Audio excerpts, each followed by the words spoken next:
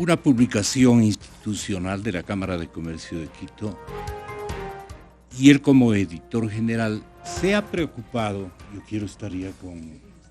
¿estamos con él?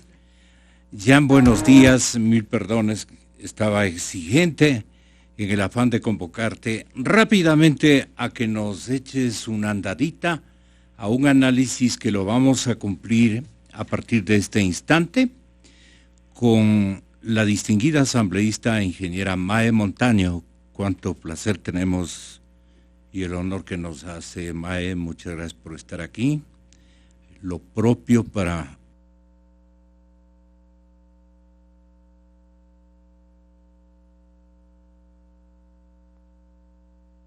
el edificio Púcara de la Avenida República, escenario donde funcionan nuestros estudios fundamentales en la ciudad de Quito.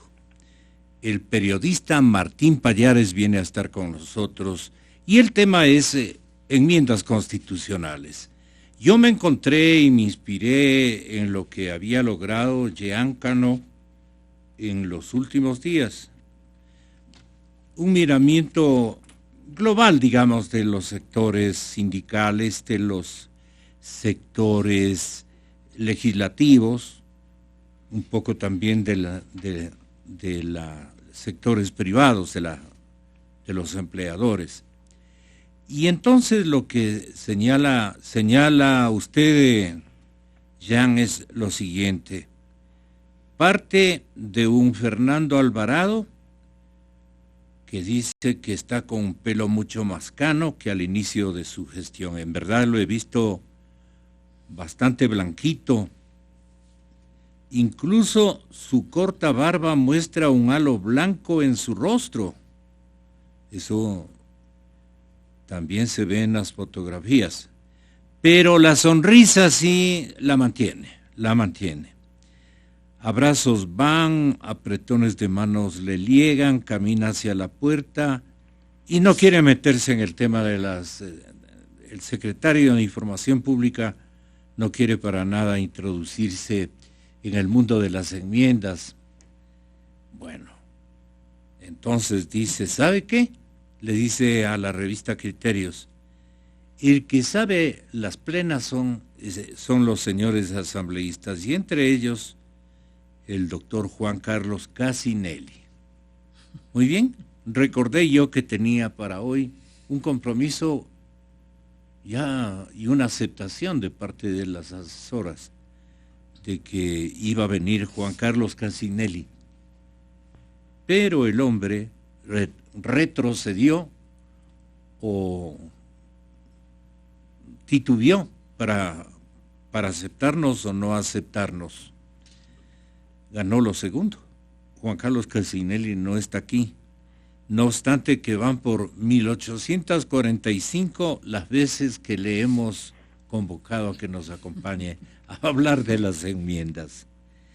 Bueno, con esta nota Jan nos dirá cuáles son, hablando de criterios, los criterios que predominan en todo este enredo, que a ratos enfoca una arista, otro rato nos vamos a galimatías increíbles y otro momento estamos hablando exclusivamente entre periodistas de, por ejemplo, lo que va a significar por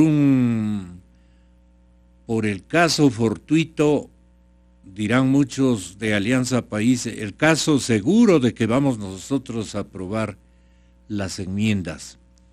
¿A qué me refiero? A que los medios de comunicación vamos a pasar a ser, Mae, lo que usted nos sabe a dónde nos quieren llevar. Tenga la bondad de enterarle a la ciudadanía. ¿Qué quieren hacer con los medios de comunicación? Un ejercicio público, cambiarlos a una forma de que no va con la comunicación libre, con la libertad de expresión.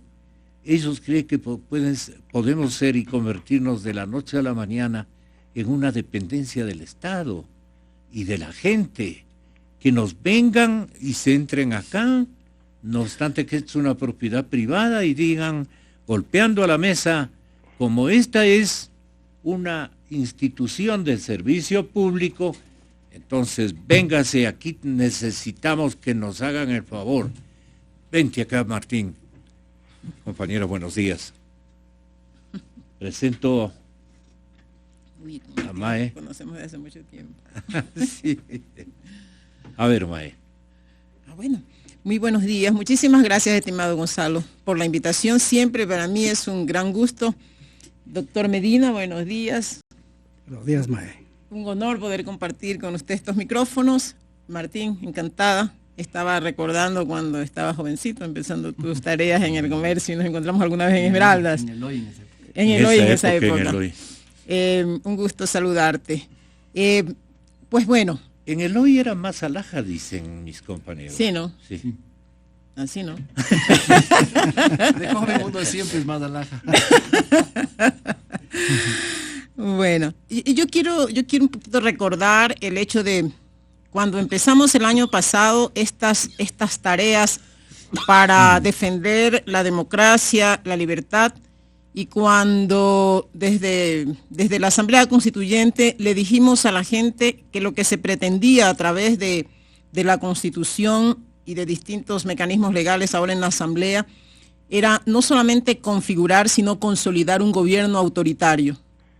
Y efectivamente, como todo gobierno autoritario, quiere poner a la comunicación a su servicio y quiere, por sobre todas las cosas, limitar ese derecho trascendental, el derecho a expresarnos, el derecho a comunicarnos, el derecho a una prensa independiente, el derecho a recibir una información lo más veraz y, si es posible, lo más autónoma posible en cuanto a la visión que se tenga. Pues no es gratuito entonces que quienes hemos estado en el movimiento, creo, asumimos desde el inicio, y hay que decirlo, con absoluta coherencia, y a la cabeza de nuestro movimiento, Guillermo Lasso como nuestro líder, una posición firme en la defensa de la libertad, en la defensa de la democracia y sobre todo en la defensa del derecho de los ecuatorianos a ser consultados. Y solamente para recordar, la gente tiene que saberlo, que en cuanto el bloque de asambleístas de país, a la cabeza la presidenta de la Asamblea sumisa o la presidenta sumisa de la Asamblea no independiente, comparecimos ante la misma Corte Constitucional con el amicus curiae. Lo hicimos como bloque de legisladores, creo, porque sabíamos que era lo que se pretendía. Y estuvimos ahí en los primeros días de este proceso. Seguimos firmes en ese proceso y sabemos y entendemos que el corazón de esta intencionalidad y de este paquetazo al que se le llama enmiendas y que todos sabemos que son reformas, el corazón, vuelvo a repetir, es la reelección indefinida, porque lo que pretende el gobierno autoritario y el presidente Correa es permanecer indefinidamente en el poder. Y desde luego, para permanecer indefinidamente en el poder, hay una instrumentación necesaria para eso, que va más allá de lo legal, más allá del trabajo que ha hecho, del trabajo, si cabe, el trabajo sucio que ha hecho la Asamblea para constituir este entramado legal. Se necesitan otros mecanismos. Y uno de esos mecanismos es convertir a la comunicación en servicio público, con el descaro más grande que esta declaración y este enunciado ya está en la ley Mordaza, ya está en la ley de comunicación. Lo pusieron inconstitucionalmente, también lo dijimos, pero ahora pretenden constitucionalizar eso que ya está en la ley para cerrar el círculo, para atrapar a los comunicadores independientes, para poner una mayor mordaza sobre los medios de comunicación que todavía mantienen su libertad y su independencia. Pero hay otros mecanismos que también están en el paquete de enmiendas, que son también mecanismos y herramientas para consolidar ese autoritarismo y esa permanencia indefinida en el poder. El tema de convertir o de querer convertir a las Fuerzas Armadas en un mecanismo partidista, porque ya lo politizaron. Políticas ya son las Fuerzas Armadas. Ayer me dio la impresión que comenzaban con la policía y un núcleo que han configurado de reciente formación y convocatoria que me da todo el pálpito de que tiene modelo venezolano. Bueno, discutiremos sobre eso. pero pretenden al puro estilo de la franquicia. Ya sabemos que es una franquicia, y hay que volverlo a repetir, la franquicia del socialismo del siglo XXI, modelo cubano, modelo venezolano, en donde las Fuerzas Armadas son instrumentos partidistas, y yo creo que eso es lo que se pretende con este enunciado constitucional, partidizar a las Fuerzas Armadas y ponerlas al servicio del gobierno autoritario. Pero hay un tema que es sensible y delicado y que la ciudadanía tiene que ponerle toda la atención, y es el tema de limitar el derecho mismo del pueblo, que es el titular del poder, que es el soberano, de restringirle la capacidad, el derecho a pronunciarse en una consulta popular sobre cualquier asunto, a plantear una consulta popular sobre cualquier asunto. No es gratuito, son frases tan sencillas como aquella acción que cometieron en la Asamblea Constituyente, cuando al quitarle una S, yo no voy a decir que se comieron las S, pero solamente le quitaron una S a la palabra, o le aumentaron una S a la palabra derecho para transformar al Estado ecuatoriano ya no en un Estado de derecho. Yo veo que algunos reclaman que ¿dónde está el Estado de Derecho? Lo destruyeron en la Constituyente, cuando la convirtieron en un Estado de derechos que no están siendo respetados por este gobierno. Gracias, Mae. Los asambleístas gobiernistas vamos a defender la reelección de Rafael Correa en el año 2017. Le decían al compañero Jean Cano, el editor de la revista Criterios de la Cámara de Comercio de Quito, recientemente casi todos. El eje de esta unidad de la bancada gobernista es él. Se referían al señor presidente de la República. Y ocurre que Jean nos dará cuenta de que esto que usted destaca, precisamente en un destaque del reportaje que está muy bien diseñado de paso, Jean, usted le dice al público lector, el eje es el presidente, pero antes de conocer que el presidente en las últimas horas decide ya publicitar de que él no va a utilizar la disposición transitoria para el año de 2017 precisamente. Entonces, allí las cosas quedan tremendamente confundidas por la mayor parte de los señores asambleístas, porque todos los planes, diseños, hasta de la lista conozco, se fue al diablo. Se terminó, digamos, el primer diseño, porque ellos decían, si interviene el presidente, vamos a intervenir también los que hemos participado 2 veces. Podríamos ir por una tercera reelección. Y ahí vemos a un furioso asambleísta esmeraldeño que dice, y que lo que ha hecho él tiene que ser recompensado con una tercera. Pero ya el presidente les dice no, y además mis sucesores potencialmente van a ser estos candidatos, y señala a los 3 que mencionó él. Entonces yo le pregunto a Jean Cano, un poco desactualizada está esta crónica, o cómo hubiera elaborado con el último discurso esclarecedor del presidente de la República la revista Criterios. Jean, bienvenido, muy buenos días. Buenos días, Gonzalo, muchísimas gracias por la oportunidad. Pues la verdad no está tan desactualizada la nota, porque el día domingo a las 7 de la noche la presidenta de la Asamblea, Gabriela Rivadeneira, escribió en su blog sobre la propuesta del presidente Rafael Correa. Y en la parte más interesante de su corto texto dice, textual, estoy leyendo, dice, estoy firmemente convencida de que el presidente Correa ha sido el mejor presidente de la historia del país y es la persona que mejor garantiza la continuidad de este proyecto histórico. Coincido con él, dice la presidenta de la Asamblea, cuando señala que nuestro movimiento tiene grandes cuadros políticos en condiciones de asumir el liderazgo. Sin embargo, y aquí viene la parte medular de su escrito, sigo creyendo que en un contexto mundial y regional complejo, la voz del Ecuador y el liderazgo del presidente Correa deben continuar. Para nada está desactualizada. Rafael Correa es el eje de unidad de todos los aliados del correísmo y del propio correísmo. Entonces... Pero perdone, tendría que ya el señor presidente primero cometer el pecadazo, ¿no es cierto? Porque es un pecado, está rompiendo la carta política del Estado, al aceptar, digamos, esta tercera postulación y decir, ok, yo voy ahí. Ahí puede cumplir los roles que usted en verdad reivindica, tendría el jefe del Estado, ser el eje de la unidad, todo lo que usted dice. El hecho es que habemos muchos ecuatorianos que pensamos que el presidente no va a ser de la partida. ¿En ese caso no está desactualizada la crónica? No, para nada. Es más, o sea, las cifras que pueden electoralmente en este momento valer son las de Lenín Moreno. El señor Glass y el señor Serrano lamentablemente no tienen una gran acogida en el Ecuador.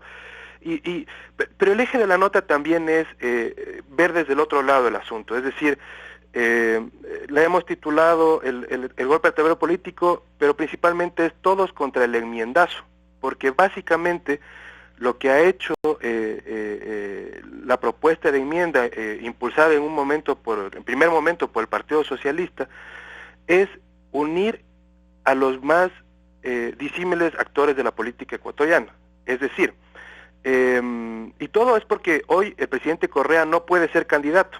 O sea, en el día de ahora, hoy miércoles, Correa no puede ser candidato, ¿no? Entonces las enmiendas buscan eso, o sea, eso es evidente, que él pueda repetir una presidencia. Y eso ha hecho que movimientos sociales, partidos políticos, empiecen a dialogar, ¿no?, sobre este asunto, básicamente, y lleguen a acordar, tienen un acuerdo tácito, no a las enmiendas. Ahí está la señora Montaño, ella es parte precisamente de este foro para pedir transparencia electoral, donde están 10 agrupaciones políticas de gran peso, entre ellas Creo, obviamente, y obviamente, o sea, todos en un principio están de acuerdo en que no a las enmiendas. En los movimientos sociales está los trabajadores, están los dirigentes indígenas, está gente de la izquierda, también están contra las enmiendas. Y en las marchas ya se puede ver pues varios actores que confluyen en la calle, ¿no? Y es una especie de tren con varios vagones, ¿no?, donde aparentemente no se unen, pero lo que les une sí es luchar contra las enmiendas. ¿Va o no la transitoria? Sería la pregunta, con su permiso, doctor Medina, para el compañero periodista Martín Pallares. ¿Va o no la transitoria? Lo que quieras decirnos, Martín, te atendemos. Bueno, creo que la persona que más información tiene aquí sobre eso es Mae. Yo tengo mis dudas, yo todavía soy muy escéptico de la sinceridad de este pedido. Me parece que... ¿A cuál pedido, perdónate? El de Rafael Correa, de que se le incluya la transitoria. La transitoria. Uh-huh. Creo que una de las posibilidades que yo veo está de juguetón este momento. Es que puede ser perfectamente, porque este momento se necesita revestirle de algo de cierta... de hacerle más presentables a las enmiendas. El momento político que vive el país hace que sea necesaria un revestimiento de entre comillas, legitimidad de las enmiendas. Entonces se hace este pedido seguramente para que baje un poco la presión antes. No sé, puedo estar equivocado, puede ser que sea sincero, yo no tengo pruebas de absolutamente nada. A mí lo que me hace dudar es que sin Correa como candidato, sin Correa hacia la reelección, se desencadenarían muchos fenómenos que yo creo que ellos no quieren que suceda. Una es las pugnas dentro del partido. Me parece que el momento en que Correa no sea el fijo candidato, habrán muchos intereses, muchos sectores que quieran candidatizar a distintos personajes de acuerdo a sus intereses, etcétera, etcétera. Eso por un lado. Por otro, me parece que sin Correa candidato se desarticula todo el aparato que está preparado para las elecciones. Todo el andamiaje. Todo el andamiaje. Entonces me parece que es muy complicado. Este es un sistema político, este es un régimen cuyo modelo, y no solamente ha ocurrido acá, hace que sea imposible que dejen el poder. Entonces, por más que Rafael Correa quiera, pensemos que quiere irse a su casa. No pueden dejar del miedo. No pueden dejar porque se ha abusado de la institucionalidad durante 8 años. Hay muchas cuentas pendientes. Hay que corrupción, episodios. Hay que cuidarse las espaldas, hay que cuidar la salida. Hay solo 2 posibilidades: o mantenerse en el poder, o llegar a un acuerdo con un sucesor para que les cuide las espaldas. Entonces yo veo muy difícil lo de la transitoria. La única posibilidad que yo veo, y que me hace pensar que quizás sí sea y que sí se vaya a cumplir lo de la transitoria, es que Correa opte por otro tipo de candidatura. A ver. Y que escoja lo que yo llamo el modelo Putin, que es dejar a alguien de su confianza para la presidencia y él quedarse, por ejemplo, como presidente de la Asamblea. Ser candidato a asambleísta y ser presidente de la Asamblea y seguir gobernando desde ahí, tener una figura un poco más suave en la presidencia. Es lo que hizo Putin en el 2008 con Medvedev. Así fue. Que él siguió como, ¿Cuánto tiempo primer ministro? permaneció? Me parece que fueron 4 años, y Medvedev dejó el poder y luego... un soplo, ¿no? Pasó rapidísimo ese cuatrenio. Y pues creo que en el peor o en el mejor de los casos, no sé, eso es lo que pasaría, que Rafael Correa iría como candidato a asambleísta. Lo cierto es que, en definitiva, lo que quiero decir es que yo no creo que estén dispuestos a dejar el poder. Ya. Hay otras posibilidades, dices tú en tu blog. Ten la bondad de escribirle a la ciudadanía. Ahí está este asunto de Putin, que ya lo acabas de manifestar. ¿Con qué sería seguramente complementado? Porque el caballero que fue su vicepresidente durante más 6 años. 6 años. Los 2 de Yapa. Los 2 de Yapa, efectivamente.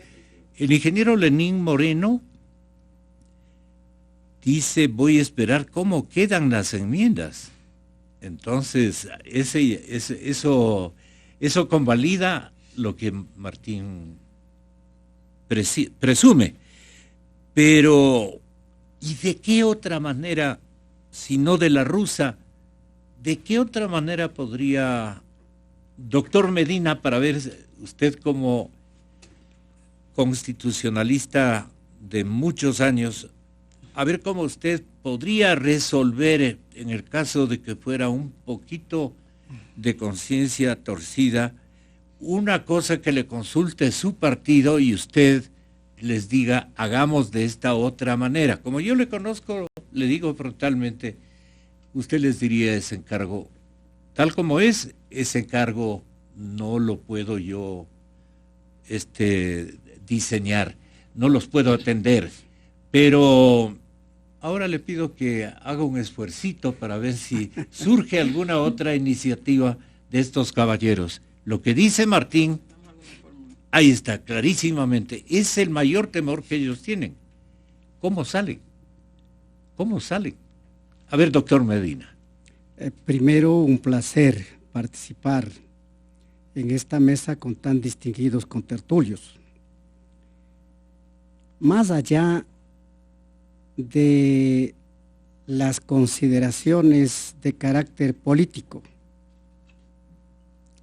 que se prestan a una serie de criterios que ya se han expuesto.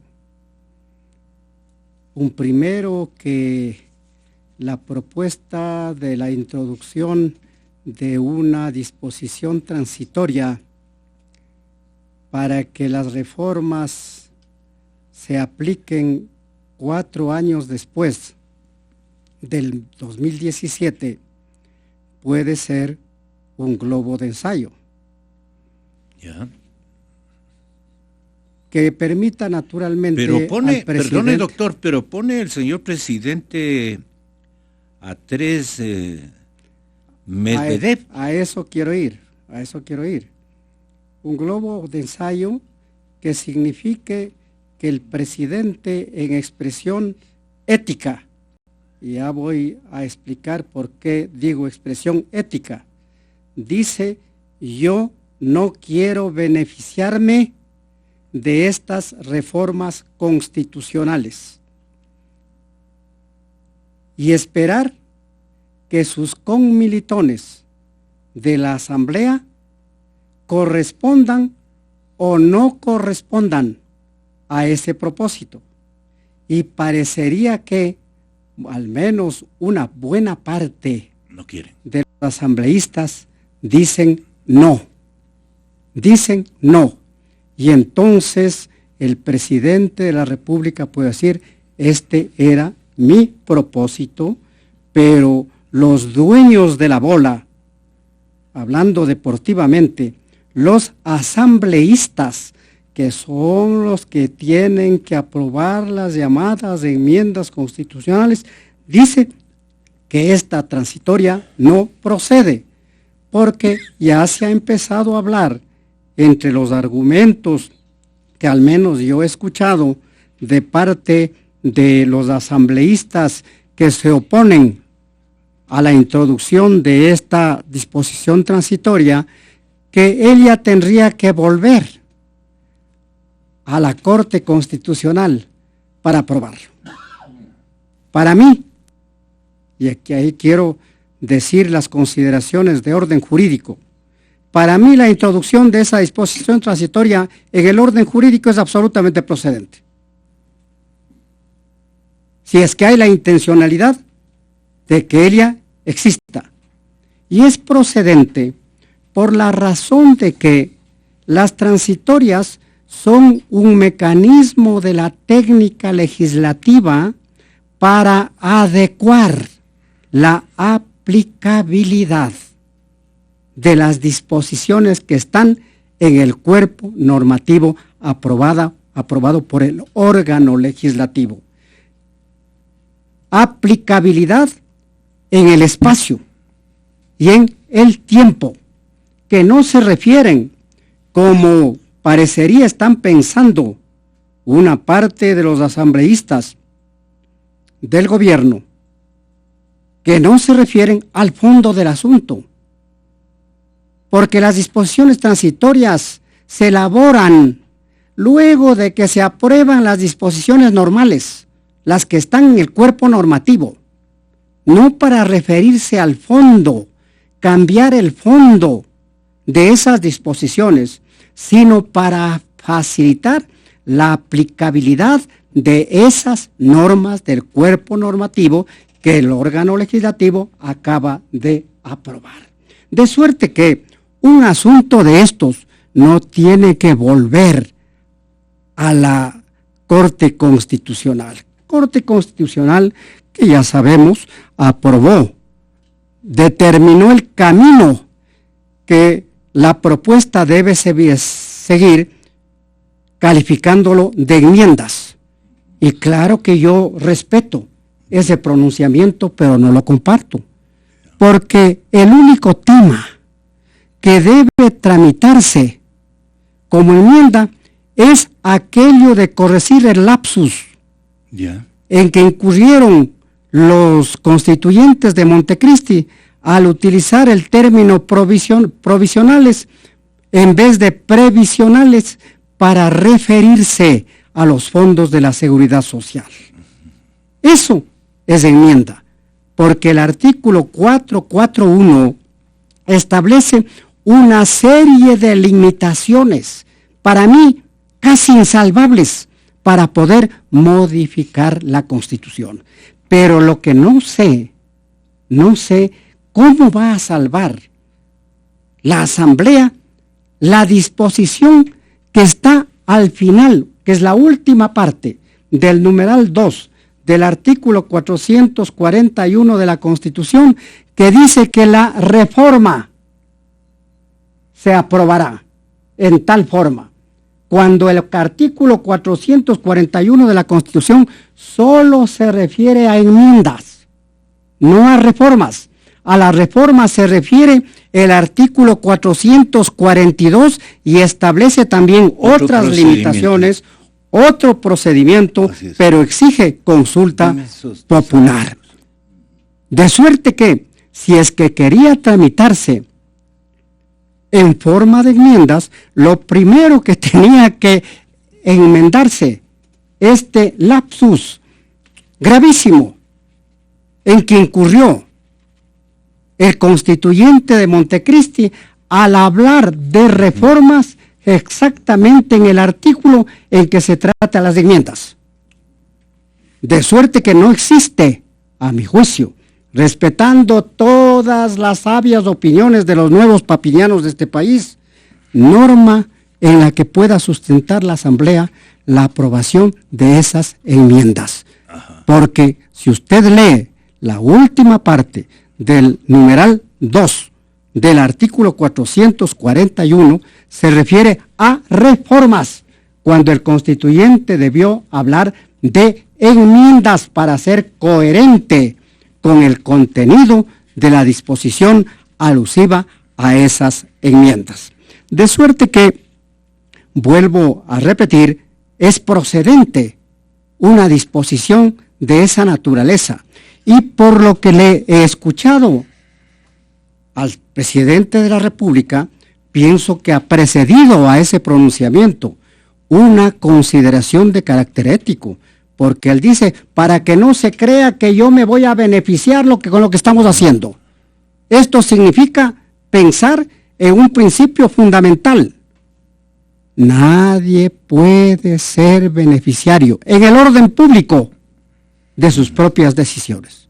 Pero además, creo que también se habrán hecho consideraciones de orden jurídica, porque los actuales funcionarios públicos de elección popular fueron elegidos dentro del marco de la vigente Constitución, que tiene disposiciones claras en cuanto a las posibilidades de reelección. Un periodo más, consecutivo o no, cualquiera que sea la dignidad de elección popular. Y la propia Constitución de Montecristi manda que la seguridad jurídica consiste en el respeto a la Constitución y en la existencia de normas jurídicas previas y claras que deben ser aplicadas por los servidores públicos. Pienso que estas reflexiones simplemente es un criterio personal mío, habrán precedido al pronunciamiento presidencial. Una apreciación de Martín Pallares a lo que ha dicho el exasambleísta y distinguido constitucionalista, mi paisano. ¿Qué dirán los Dimitris? Esto también es importante. ¿Cuál de los Dimitris le estaría garantizando al señor presidente de la República, digamos, las reglas de juego con las cuales él defienda al gobierno anterior de toda forma de fiscalización, especialmente por el lado de episodios de corrupción que se sucederán en la primera parte del nuevo gobierno con muchísima reiteración? Entonces, ¿qué podría estar ocurriendo, por ejemplo, frente a esto que le va a plantear, decir, mira, por ejemplo, al señor ingeniero Moreno, mira, ex vicepresidente, el papel que te queda es complicadísimo. Así no le diga el presidente, lo dirá un emisario. De hecho, ya deben haber conversado respecto de aquello. La última vez que estuvieron en Suiza estuvieron hablando de este tema. No sé cuál sería la reacción de Moreno. A ver, primero sobre el tema de la transitoria, el pedido de transitoria. A mí hay algo que no me cuadra en todo esto. Cuando hay mucha gente que dice que sí, que ético el presidente que ha pedido que se lo excluya. Claro que técnicamente es ético, ¿no es cierto? Pero yo me pregunto, ¿por qué no lo hizo hace 4 meses? Yo no sé, Mike, cuándo se presentaron el tema de las enmiendas, ya va a ser 1 año, ¿no es cierto? Más. O sea, ha tenido tanto tiempo para eso, ¿por qué lo hace ahora?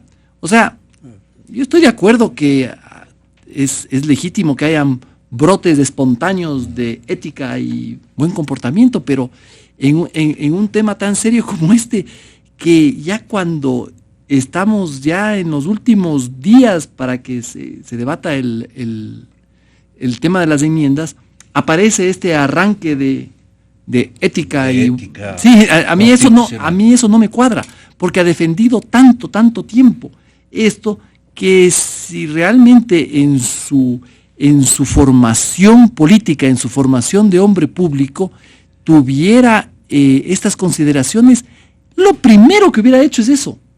O sea, el día que se les ocurrió presentar una enmienda para la reelección indefinida, asumiendo en el supuesto no consentido que la reelección sea algo positivo, que la reelección indefinida sea algo positivo, tenía que haber dicho, pero con esta salvedad. Pero ha pasado un montón de tiempo, es absurdo pensar que tras esa cosa haya sinceridad. A mí no me cuadra, yo no creo. Entonces, ¿qué está ocurriendo adentro de la mente del presidente? Yo creo que tiene que darle un barniz un barniz de legitimidad, un barniz de hacerle un poquito más presentable a algo que es impresentable. Ahora, Gonzalo, tú me preguntabas sobre el tema de los posibles delfines, sí, o los posibles Medvedevs de este gobierno. Me da la impresión, hablando sobre lo de Moreno, a ver, todo se comentaba mucho, se sabía que había grupos por fuera del gobierno, que habían pertenecido al gobierno, que estaban trabajando en una candidatura de Lenín Moreno. A mí me da todo el pálpito los hermanos Larrea, por ejemplo. Por ejemplo, se ha dicho que los hermanos Larrea estaban en eso y desde hace algún tiempo. No han negado. Entonces, a mí me da el pálpito de que esto es viene por un llamado de atención, viene por una necesidad de neutralizar, de neutralizar todos estos movimientos. Entonces, no sé si ustedes se acuerdan esas declaraciones que hizo Lenín Moreno creo que fue en Radiovisión, que no me acuerdo exactamente sobre qué tema era. Era sobre que hizo unas críticas al gobierno por su comportamiento frente a los medios de comunicación, a la prensa. Al día siguiente estaba haciendo una nueva declaración rectificando. A mí me da el pálpito de que esta carta fue un producto de la necesidad de desarticular esos intentos de otros grupos. Ese tema de la candidatura de Lenín Moreno con otros sectores que ya no están en el gobierno, ese tema es un tema que estaba haciendo mucha bulla y que debe haber estado perjudicando mucho a Alianza País. Entonces yo creo que era absolutamente indispensable que haya eso. Y claro, Lenín Moreno también, hay que también ver, Lenín Moreno está viviendo en Ginebra gracias a una generosísima beca que le pagamos los ecuatorianos, ¿no es cierto? Tiene un gran sueldo, porque su cargo en las Naciones Unidas no es con sueldo. Es honorario. Es honorario. O sea que yo supongo que también pesa en el pensamiento de Lenín Moreno esta, como dijo, generosísima beca que nosotros le hemos conferido sin ser consultados, ¿no? Porque nosotros como contribuyentes tampoco tenemos mucho control sobre qué se hace con nuestro dinero, pero lo que nos cuesta Lenín Moreno en Ginebra algún día lo sabremos, pero tengo entendido que es mucho. Y los otros candidatos, yo creo que el cuidado de la espalda a este gobierno solamente podrá ser garantizado por gente que ha estado involucrado en el ejercicio del poder durante estos años. Y que también, porque todos de alguna u otra manera han sido compañeros. Ajá, compañeros de... No sé, compañeros del gobierno. Sí, Son del mismo partido. Son del mismo partido, pues. Si no se entiende la gente, tiene la palabra. Yo voy a retomar el tema de una transitoria más o una transitoria menos no cambia la ilegitimidad del proceso que se lleva adelante en la Asamblea Constituyente. Aquí hay una sola vía para aprobar las reformas que se quieren hacer y es la consulta popular. Por favor, ciudadanos, consulta popular, solamente a través de ese mecanismo. No nos descuidemos, no nos desviemos, no nos distraigamos con estos maquillajes, con estos disimulos que presenta el presidente de la República. Señores, es el momento de salir a las calles para conseguir el archivo de ese paquetazo, o como dijo Jan, de ese enmiendazo. Con cualquier nombre hay que conseguir el archivo. Y tiene que ser la movilización ciudadana lo que lo puede conseguir. No hay otro mecanismo. O sea, aquí nos podemos pasar toda la mañana hablando de si cabe constitucionalmente, si la ley orgánica de esto y si la ley orgánica de acá. En este momento aquí en el país no hay respeto a la Constitución, no hay Estado de Derecho y las instituciones como la Corte Constitucional están al servicio del monarca de Carondelet. La ciudadanía tiene que saber que en este momento tiene que conseguir, como ya dijo la presidenta de la Asamblea, que no se puede archivar porque ella dice que no sé qué. Entonces que no la aprueben, pues. O sea, eso es lo que le está diciendo el pueblo ecuatoriano. El pueblo ecuatoriano tiene que hacerse respetar, tiene que salir a defender la libertad, a defender este Ecuador de sus hijos y de sus hijas. Tiene que salir a defender el futuro del IES que lo quieren destruir como ya destruyeron el negocio petrolero. Ecuatorianos y ecuatorianas, mujeres del Ecuador, hay que salir a las calles. Tuiteros, hay que seguir moviendo las redes, pero hay que salir de la red de las redes para ir a las calles, que es donde se deja sentir la política. Estamos hablando de un gobierno populista que gira alrededor de un caudillo. Por eso él mismo dice que es su vanidad lo que lo obliga a presentar esta transitoria. Él no esconde nada, no está diciendo que es por ética. Esa palabra yo creo que ni está en su vocabulario. Dijo que es por su vanidad legítima. Y les manda a ellos a preservar su palabra porque es el tesoro de la revolución ciudadana, señores. En un esquema populista, los proyectos políticos empiezan y terminan con el caudillo. Eso es Alianza País.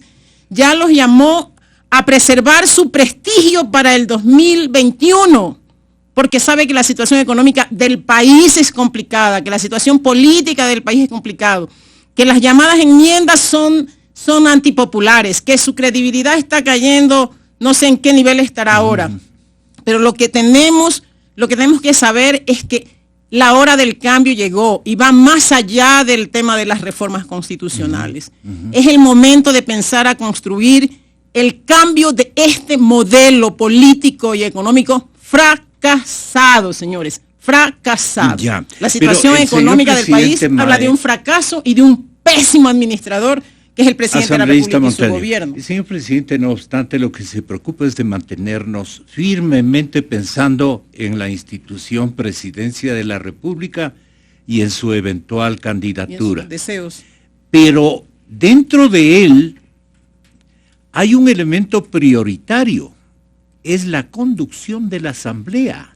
En la Asamblea está el poder de fiscalización. En la Asamblea está el poder de recambio o cambio estructural a través incluso de una convocatoria a una Asamblea Constituyente para acabar con toda la obra fantástica que generó, para el caso de que iban a seguir de compadres, generaron las mentes de Alberto Acosta y del propio presidente Correa. Se dañó aquello. Y entonces la aplicabilidad de las normas constitucionales prácticamente ha estado, doctor Medina, a lo que el presidente de la República ha dispuesto durante estos últimos 7, 8 años, 9 años. Entonces, ¿por qué digo primero esto? Porque el modelo Putin, dice y escribe el compañero Martín Pallares, supone que Correa, en lugar de lanzarse a buscar la presidencia de la República, esta vez vaya por la presidencia de la Asamblea. Pero es que es obvio, hay varios motivos para que este escenario sea factible. Atiendan, ecuatorianos, hay varios motivos para que este escenario sea factible. Uno es que como van las cosas, Correa podría ganar la presidencia, pero muy difícilmente llegaría con mayoría a la Asamblea. Y en esas condiciones sería para él imposible gobernar. Con otra Asamblea. Imagínese, doctor Medina. Entonces dice Martín, entonces quizás será mejor conseguir un candidato de bolsillo con posibilidades de ganar y él empujar esa posibilidad como supercandidato a asambleísta. Bajo ese posible esquema, lo que habría es un Rafael Correa gobernando todos los poderes desde la Asamblea, esperando 4 años para volver a ser reelegido. Finalmente, para entonces la enmienda ya estará aprobada.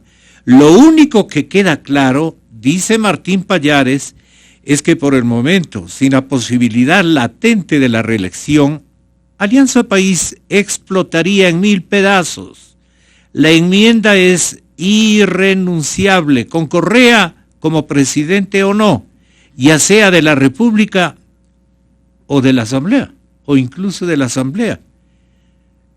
¿Qué podría estar ocurriendo, doctor Medina?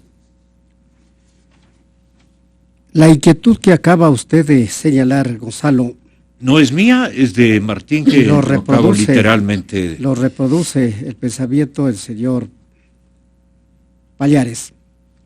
Se inscribe en lo que yo señalé. La estrategia política que puede estar subyaciendo en este pronunciamiento presidencial tiene varias lecturas. Yo señalé una, globo de ensayo para decir el presidente no quiere, los asambleístas le exigen. Y claro que los asambleístas los van a exigir, porque creo que muchos de ellos están por la gran capacidad de arrastre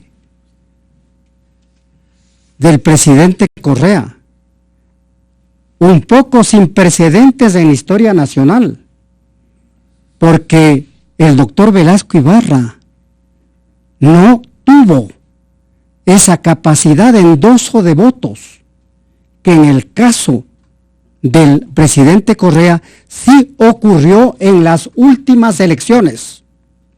Pero es posible que esa misma situación ya no se pueda dar en la misma intensidad, por más que apliquen el método de distribución de escaños, que no es estrictamente proporcional, porque con el 52% del resultado electoral debían tener un poquito más de la mitad de miembros de la Asamblea Nacional. Y entonces les preocupa la correlación de fuerzas que puede cambiar